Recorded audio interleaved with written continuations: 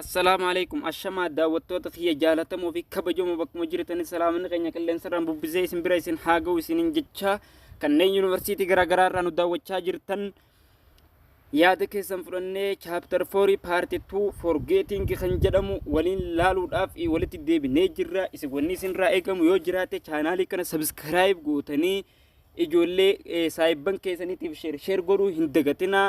Itti aansee komentii jalatti wantoota nuti isin gargaaruu barbaadan komentii jalatti yaada keessan nu barreessuu hin dagatinaa. Yoo gaafii fi wantoota garaagaraa kan barbaadan taatan telegraama keenyaan nu qunnamoo hin dagatinaa. Let's go. Afaan Oromootiin barannee GPA gaarii finne haa guddannu isinin jedha. Jaalataa Ibrahim kan itti argamu Arsii Yuunivarsiitii Kolleejjii Fayyaati. Isin man gargaaruudhaaf jecha haal duree keenya xumurree Arsii Yuunivarsiitii Student Union waliin ta'uudhaan qophii xumurree isin gargaaruu irratti argamna. Let's go. Har'a kan waliin ilaallu forgetting jedha. Torbee dabree memory kan jedhamu waliin ilaallee turre. Amma forgetting waliin ilaalla. Forgetting maal akka taate waliin ilaalla. Okay, forgetting kuno asirraa eegalla. Forgetting is psychologists generally use the term of forgetting to refer to apparent loss of what information. Apparent loss of information janiti waliigalan psychologistoonni forgetting jechuun akkuma maqaan isaa agarsiisutti waan duraan beektuudha dagachuu jechuudha. Forgetting and memory is contrary yookaan opposite waliif hallaadha. Memory jechuun waa yaadachuu haa ta'u forgetting jechuun waa dagachuu jechuudha. Already encoded wantoota ammaan dura save godhatte san jechuudha. Encode godhatte dagachuu jechuudha. Stored in long term memory. Wantoota long term memory keessa jiru information long term memory keessa jiru yeroo dagattu san maal jechuudha. Forgetting jennaan jechuudha. Isiniif galee akkana. The first attempt of the study forgetting were made by German psychologist Hermann Ebbinghaus nama jedhamu. Isa kanaatu forgetting kana qoratee jechuudha dura. Okay. Akkana. The most rapid forgetting occur in first time. Kana jechuun wantoonni saffisaan ati dagattu waan yeroo jalqabaate jechuudha. Jechuun sa'a takka keessatti jechuudha. In the what first hour sa'a takka keessatti waan argite dagatte jechuudha. After 9 hours za'a sagal booda rate of forgetting is slow. Wanti ati za'a sagal dura agarte fi wanti dura agarte garaagarummaa qaba jechuudha. Wanti za'a sagal dura agarte slow za'a suuta dagatamaa deema jechuudha. Even after passage of many day yeroo muraasa ture booda kan guyyaa muraasa eegee ture booda kan dagatamuu fa'aa jira jechuudha. The theory of forgetting theory forgetting dha tokkoffaan decay theory jechuun maal jechuudha. Akkuma maqaan isaa agarsiisutti decay jechuun wantoota dhabuu jechuun saamuu wantoota badi tortoruu wayii fa'aadha hiikkaan isaa. Akka theory kanaatti immoo maal jechuudha. The theory decay hold that memory trace or engram fade with time if they are not accessed now and then. Kana jechuun maal jechuudha. Informationii tokko yoo ati kan fayyadamin taate yoo kallattii mataa keessa kan si taa'u ta'e ofumaafuu hin bada jechuudha. Kana jechuun maal jechuudha. If they are not accessed and no and then kana boodaa fi ammas yoo kan itti fayyadamne taate informationii kun ni badaa jechuudha. Decay theory jechuun akkanaa jechuudha. This explanation assumes that when new material waggaa wantoonni haariin tokko si dhufe the learned memory trace or engram actually physical change in the brain occur. Sammuun namaa waggaa akkuma beekamutti wantoota haaraa kanaaf attention kennitu akkuma chapter turre barannee jechuudha. Kanaafuu wantoonni haariin tokko waggaa dhufe jechuudha. Change the brain occur. Wantoota achiin dura dhufe physically change godha jechuudha. Ni jijjiira jechuudha. Kanaafuu decay theory kana ibsaa jechuudha. Wantoota ittiin fayyadamne dagachuu jechuudha. Inni biraa in decay the trace simply fades. Wantoonni ammaan dura ture kun salphumatti baduu danda'a jechuudha. Fade jechuun waan biraatiin baduu jechuudha. And nothing left behind. Wantoota akka osoo sirreessite nafin baduu jechuudha. Because the passage of time yeroo dheeraa keessa waan tureef ni badaa jechuudha. Wantoonni dura ture kun ni badaa jechuudha. Akkana jechuudha.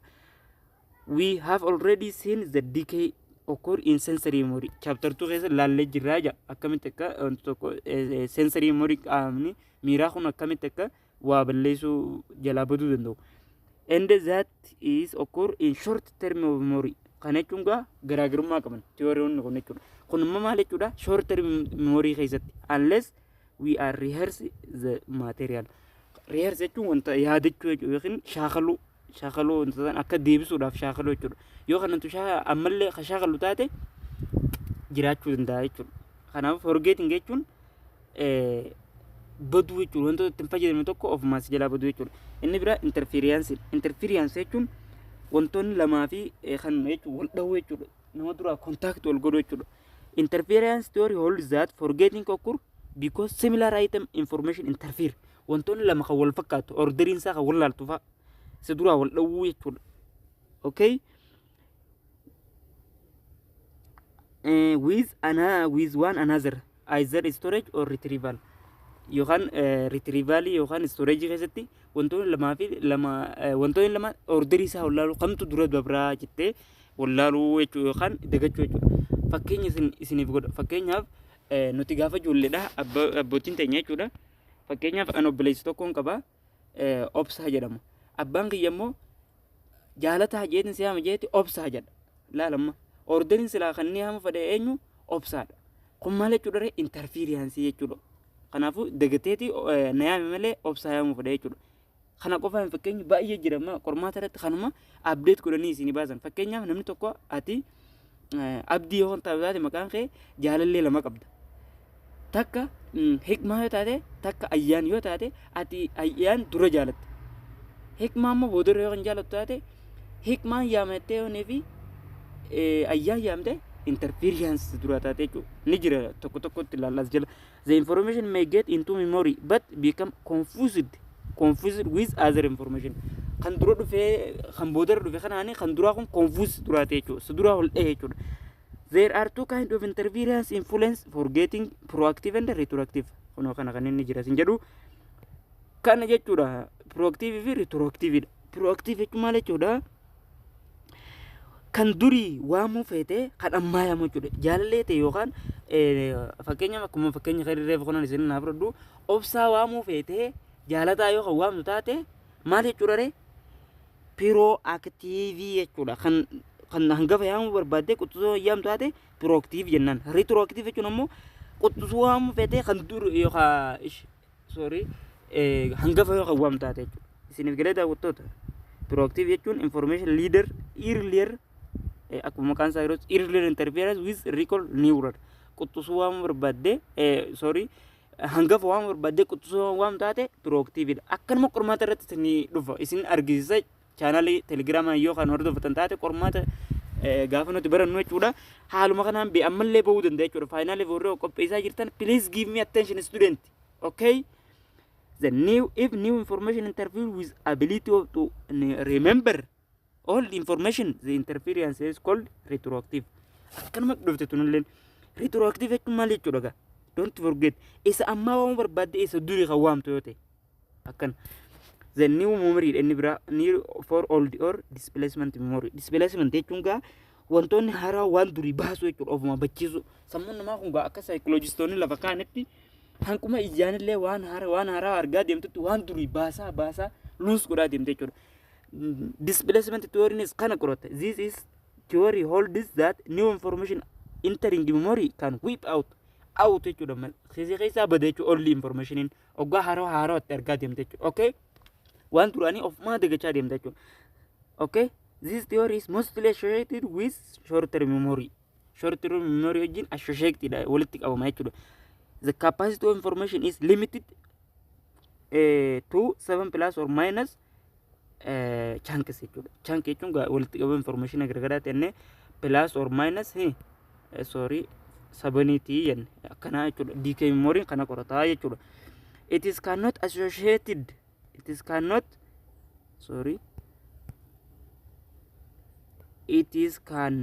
what? It cannot with long-term memory. Don't forget this one.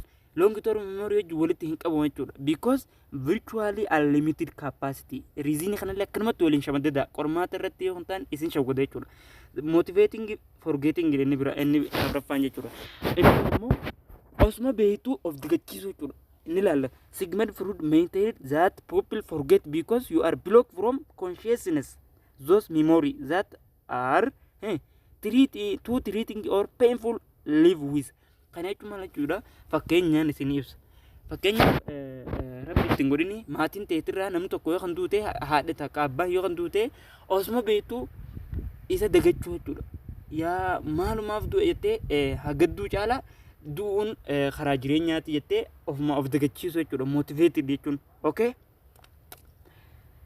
kana jechuudha because two treating are painful to live gadduma kana waliin jiraachuun painful jechuudha rakkisaadha jechuudha jireenyaaf and called self protective process of repression jenna kana jechuudha motivating forgetting jechuun okay isiniif galee osoo beeknu irraanfachiisu jenna today many psychologists prefer to use more general term motivating forgetting jecha kana theory kanaaf jecha baay'ee psychologistoonni filatan motivated forgetting kana jechuudha inni bira co-dependent forgetting daga student please give me attention gara bira hindeemina yaadan na hordofa please afaan oromootiin isin barsiisaa jirra waan isin ingalii yoo jiraatte yaadan barreessa co-dependent of forgetting jechuun ammoo maal jechuudha mallattoo irratti hundooyti waan qabattee wanta san badu jechuudha it is often we need to remember oggaa wanta yaadachuu barbaadde we rarely on retrieval ku mallattoo ku jechuun mallattoo jechuudha okay mallattoo jechuudha term of information that can help us find specific information we are looking for kana jechuun maal jechuudha kana jechuun mallattoo hiitiin waan sakka yaadachuu barbaadde fakkeenyaan isin fudhadhaa asirratti illee fakkeenyaaf warreen PC yookiin kompiitara fayyadamtan oggaa koodiitti koodan hint jecha yoo isin fida fakkeenyaaf yoo lakkoofsa keetiin takka maqaan kee Hamzaa yoo ta'e fakkeenyaaf akka ati yaadatuu fi mallattoo isii fida hint jedhanii mallattoo san sii fiduu maal jechuudha co-dependent forgetting yoo mallattoo san yaadatin taate forget taate jechuudha kanaaf mallattoo hiitiin fakkeenyaaf kana qofaa miti ati library takka space baatee kan dubbisu yoo ta'e yoo library dubbisite teessoo fi wantoota garaagaraa argita wantoota kanaaf fakkeenya godhattee yoo waa shamaddatu taate dandeettii waa yaadachuu keetii ol aanaadha jechuudha qormaata irratti yoo kanaan ammoo kan hin yaadanne ta'e co-dependent forgetting jechuudha okay well lack of retrieval we can feel as if we have lost the call number fakkeenyaaf je yoo lakkoofsa nambarii keetii dagatte an entry mind library okay bakka mind library sanitti bakkatti galchite san sayyaadatte jechuudha kanaaf co-dependent jechuun mallattoo hiitiin waa irraanfachuu jechuudha wantoota san irratti hundooyte yoo namni wanta akkasitti kaase fakkeenyaaf yoo kompiitarri hinti san kasi kaasu taate yaadachuu jechuudha isiniif galee it is long term memory wajjin walitti gala the type of memory failure to may be most common of type of all irra hedduun keenya hin daganna fakkeenyaaf koodii bilbilaa koodii emailiidha koodii wantoota garagaraa dagachaa oolu kun co-dependentidha osoo hintii xiqqishoo wayii namni irraa nu kaase hin yaadannaa jechuudha koodii feesbuukaa koodii garagaraa namni dagachaa oolaa jechuudha improving memory dha inni itti aanu improving memory jechuun memory kana akkamitti akka cimsuu dandeenya akka namni waan nu jalaan banne akkamitti akka godhuu dandeenya gara biraa hin deeminaa saayikoloojistonni hedduun asumarraa fudhataniiti akkami sammuun namaa tun akka shamaddatu dandeessu akkami barattoonni kutaa 12 akka dabruu danda'u asumarraa fudhatanii barreessan inni tokkoffaan pay attention waan dubbisaa jiru sun attention itti kennu yeroo gabaabaa keessatti waan namni isaa afurra teessise za'ata keessatti dubbistee waliin ga'uu dandeessa saayikoloojii maqanaa jechuudha yoo attention itti kennite it is obvious kana jechuun ifa jechuudha inni kun but often we fail to remember namni hedduun keenya hin yaadannu jaa because we are never encoded oggaa qabannu san encode goonee waan hin qabataniif jaa in first place yeroo duree shamaddadnu san encode waan godhaniif dagachaa ollaa jaa when you do have something to remember yeroo wanta akka yaadachuu barbaadde you will need better to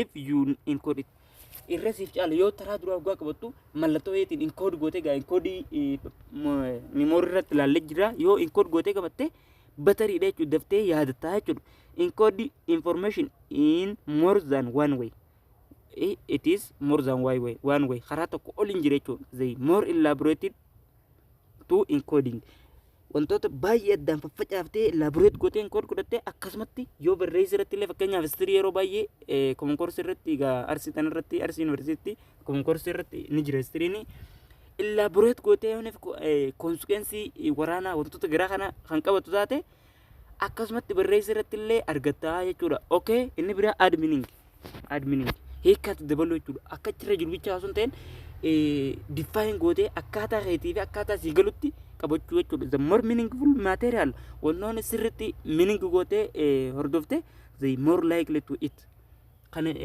deebitee yaadachuudhaaf baay'ee olaanaadha jechuudha carraan ta'e to link up with information duraan jiru jechuudha link wali godhuuf illee already long term memory keessatti illee dabarsuudhaaf illee baay'ee si barbaachisaa jechuudha kanaafuu namni tokko waan kutaa kudhanitti barate faa tan kutaa kudhanii baran tan kutaa torbatti baran gaafa keenya fakkeenyaaf alkeenii alkaayinii faa nuti kutaa 8 baran kana kutaa 8 baran kana kutaa 9 ta'ee yaadachuu maal jechuudha add meaning jechuudha yeroo san sirriitti encode gootee qabattee jechuudha inni biraa take your time yeroo sirraa fudhatu gaa wantoonni long term memory keessa galuudhaaf at least yeroo sirraa fudhachuu qabu if possible minimize interference by using study break rest jechuudha kana jechuun maal jechuudha yeroo kasirraa fudhatu fakkeenyaaf yeroo dubbistu daqiiqaa diddam yoo dubbiste daqiiqaa 5 takka bishaan mafaa jidduu dhuguu wantoota garaagaraa ittiin fayyadamtee akka sammuun teetuun si qabattu godhu jechuudha by rest jechuudha break rest yeroo rifti yookaan boqonnaa fudhachuu jechuudha sorry amaariffaa fayyadamuudhaaf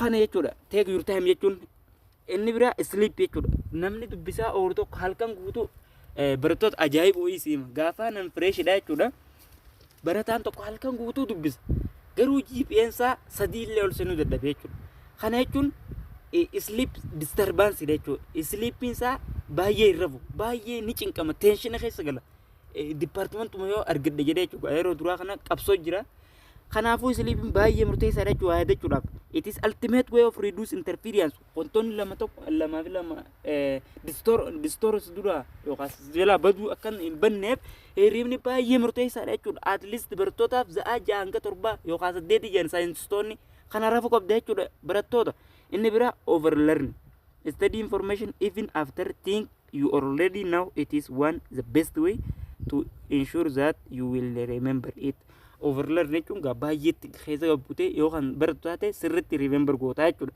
inni biraa monitor your learning sirriitti adda baasu jechuudha by testing yourself frequently amma of qoruudhaan an qabadhe moo shamaddade moo hin shamaddade sirriitti naa galti moo naa galle namaammee gaafa na gaafadha jettee waraqaa dirra barreessite anfaan amma yoo waraqaa irratti waa barreessee nootiin qabatin wannummaan dubbisu sanuu naaf hin galtu waanumaan dubbisee nutti hin fakkaatu akkaataan namaa fi nama garaagarummaa qaba kanaaf rehearsi godhuu yaadachuu shaakala daddaa maatis yoo ta'e gatiidhaa barbaadu inde reviewing periodically tartiiba irratti deebitee amma yaadachuu you will have better idea how are you doing kana hunda maal jechuudha akka sirriitti waan tokko hojjettuuf si gargaara jechuudha okay chapter 4 asumarratti dhuma natti fakkaate kunoo kana fakkaata chapter 4 part 2 dhaan xumurre